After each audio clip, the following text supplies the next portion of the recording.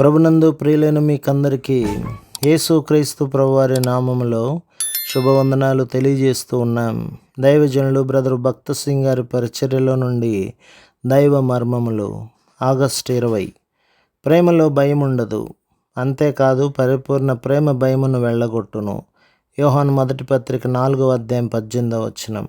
దానియేలు 5వ అధ్యాయంలో రాజుకు బెల్షస్సరు తన అధిపతులైన 1000 మందికి విందు చేయించెను. ఆ 1000 మందితో కలిసి ద్రాక్షరసము త్రాగుచుండెను. ఆ సమయంలో అతడు తన తండ్రి నెబుకద్నెజరు యెరూషలేము మందిరము నుండి తెచ్చిన వెండి బంగారు పాత్రలను తెమ్మని సేవకులకు ఆజ్ఞాపించెను. వారు ఆ పాత్రలలో ద్రాక్షరసము త్రాగుచు బంగారు, వెండి, ఇత్తడి, ఇనుము, కర్ర, రాయి అను వాటితో చేసిన దేవతలను స్తుతించుచుండిరి. అతనికి చాలినన్ని పాత్రలు లేవని మందిరములోనివి వాడలేదు గాని యెహోవా నామమును దూషించు నిమిత్తమే అతడట్లు చేసెను.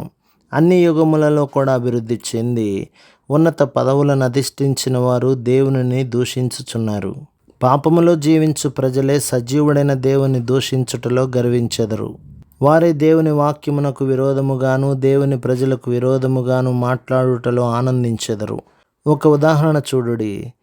బైబిల్లోనూ ఖురాన్లోనూ చాలా విషయములు ఒకటిగా ఉన్నవి.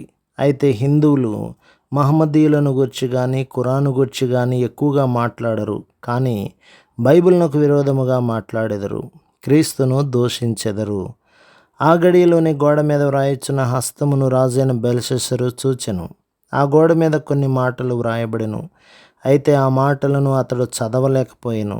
ఆ భాష అతనికి తెలియదు. అప్పుడు రాజుకు భయము కలిగెను. భయము చేత అతని నడుము కీళ్లు సడలి మోకాళ్ళు గడగడా వణుకుచు కొట్టుకొనుచుండెను. భయమనున్నది చాలా భయంకరమైనది. అనేకులు భయముచే వణికిపోయెదరు. ఇప్పుడైతే ఆ రాజు శరీరమంతయు వణుకుచు కొట్టుకొనుచుండెను. 6-7 వచనములు. మర్మయుక్తమైన సంగతులు జరుగుట చూచినప్పుడు అధికారులు, జ్ఞానవంతులు, బలవంతులు కలవరపడెదరు, మిగులు ఆశ్చర్యపడుచు వెళ్ళిపోయెదరు. ప్రభువు తన ప్రజల విషయంలో ఎన్నటికీ తప్పిపోడు. ఆయన శాశ్వతమైన ప్రేమతో మనలను ప్రేమించెను. భూమి పునాదులు వేయబడక మునుపే మన ఎడల గొప్ప సంకల్పము గలవాడై క్రీస్తులో మనలను ఏర్పరచుకునెను.